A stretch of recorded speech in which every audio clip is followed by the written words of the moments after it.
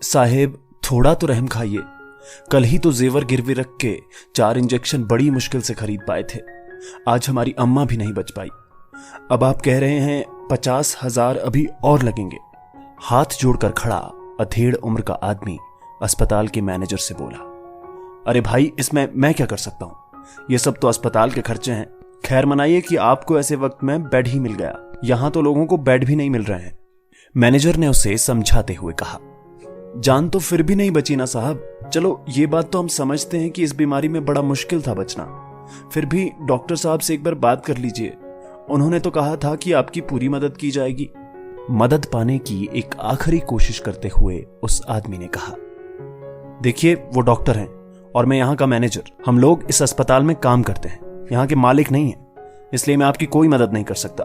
आप पैसों का बंदोबस्त कर लाइए और बॉडी को ले जाइए। मैनेजर ने अपनी मजबूरी बतलाते हुए उस आदमी को समझाया। ठीक है साहब, देखता हूं किसी से उधार लेकर सारा पैसा जमा करा दूंगा। रुआंधा चेहरा लिए उसने मैनेजर को भरोसा दिलाया। ठीक है, और हां कैश पेमेंट करना, तो फिर तुम्हारे कुछ पैसे भी बच जाएंगे। थोड़ी मदद करने की कोशिश में मैनेजर ने उससे बोला, ठीक है साहब, कहते हुए वो गेट की ओर चल पड़ा। वैसे तुम्हारा नाम क्या है? मैनेजर ने जाते जाते उससे पूछा। सज्जन है साहब। मुड़कर उस आदमी ने अपना नाम बताया और वहां से चला गया। 20 दिन बाद, का हो सज्जन, आज तो बड़ा लंबी लाइन लगवा दिए हो यार। इस बार तो लगता है साल भर का कमाई 2 महीने में पूरा हो जाए। एक दुकानदार ने सज्जन से कहा, तुम हूं यार, यहां महामारी फैली है, सबकी जान जोखिम में पड़ी है और तुमका कमाई की लगी पड़ी है। बात काटते हुए सज्जन ने जवाब दिया, साले तुम कब से भगत बन गए? भौहें उचकाते हुए दुकानदार बोला, भगत नहीं भाई, इस महामारी में भी अगर हम शमशान वाले मुनाफे का सोचेंगे तो लोगों का इंसानियत पर से भरोसा उठ जाएगा। दुकानदार को समझाते हुए सज्जन ने कहा, अच्छा अब समझ आवा, तोर अम्मा भी इस महामारी में मरी है ना, शायद इसीलिए नरम दिल होई गवा है, वरना पांडे के यहां तो कब से 10 गुना 4 चल रहा है। सज्जन की बात काटते हुए दुकानदार बोला, हो सकता है भाई कि अम्मा के जाय से बदल गवा, मगर जो भी है इस समय हम सबका एक दूसरे का गलत फायदा नहीं उठाए के चाहिए। दुकानदार से सहमत होते हुए सज्जन बोला, ठीक है समझ गवा, जा देख, लगता है फिर कोई कोरोना वाली बॉडी आई है। शमशान के गेट की ओर इशारा करते हुए दुकानदार बोला, अरे तुम्हारा नाम सज्जन है ना, और तुम यहां काम करते हो? अस्पताल के मैनेजर ने सज्जन को देखकर कहा, हां साहब, आपकी याददाश्त तो बड़ी अच्छी है, हमें आपने तुरंत पहचान लिया। अस्पताल आए तो हमें लगभग 10 दिन हो गए होंगे। वैसे कोई रिश्तेदार खत्म हो गया क्या? फिक्र जताते हुए सज्जन ने पूछा।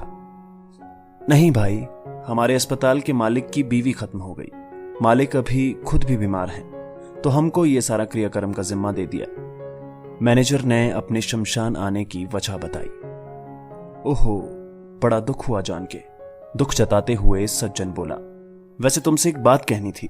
उस दिन मैं अस्पताल में सच में तुम्हारी मदद करना चाहता था, मगर हमारे मालिक थोड़े अलग स्वभाव के हैं, उन्हें आपदा में अवसर उठाने का शौक है। अपनी मजबूरी बयान करते हुए मैनेजर ने सज्जन से कहा, कोई बात नहीं, जो हो गया सो हो गया, अब आप डेड बॉडी को अंदर भिजवा दीजिए। सज्जन बोला, ठीक है, वैसे सब क्रियाक्रम में कितना लग जाएगा? वो मालिक को हिसाब भी देना पड़ेगा ना? मैनेजर ने सज्जन से पूछा। जहां तक है 1,500-2 हजार में हो जाएगा सब। सज्जन ने जवाब दिया। क्या बस इतने में? मैंने तो किसी से पता किया था तो उसने बताया 25,000 लग रहे हैं आजकल। चौंकते हुए मैनेजर बोला, अरे साहब अब क्या बताएं, हमारे यहां भी आपदा में अवसर उठाने वालों की कमी नहीं है। सज्जन ने भी अपने समाज की व्यथा बताते हुए कहा, वो तो है, वैसे तुम भी चाहो तो 25 ही रख लेना। हमारे मालिक ने भी तो तुम्हारी मजबूरी का फायदा उठाया था, मैं उनसे इतने ही बता दूंगा, तुम्हारी कुछ तो भरपाई हो जाएगी। एक सुझाव देते हुए मैनेजर बोला, नहीं साहब, मेरी भरपाई तो अब कोई कर ही नहीं सकता, क्योंकि मैंने अपनी अम्मा को खोया है, और वैसे भी इस महामारी के समय में भी लोगों का फायदा उठाने वालों का अंजाम आपकी आंखों के सामने ही है, क्योंकि हम अपने कर्मों का हिसाब इसी दुनिया में करके जाते हैं।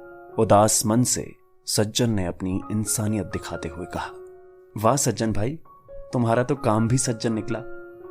मन खुश हो गया तुमसे मिलके। शायद तुम जैसों की वजह से ही इंसानियत जिंदा है, मैनेजर ने सज्जन की तारीफ करते हुए कहा। आजकल आए दिन खबरों में महामारी में मजबूर लोगों के शोषण की खबरें आती रहती हैं। वजह यह है कि समाज ही समाज को खाए जा रहा है। ऐसे मुश्किल समय में हम सभी को सज्जन जैसा ही बनना होगा ताकि इस महामारी को हम सब मिलके हरा सकें।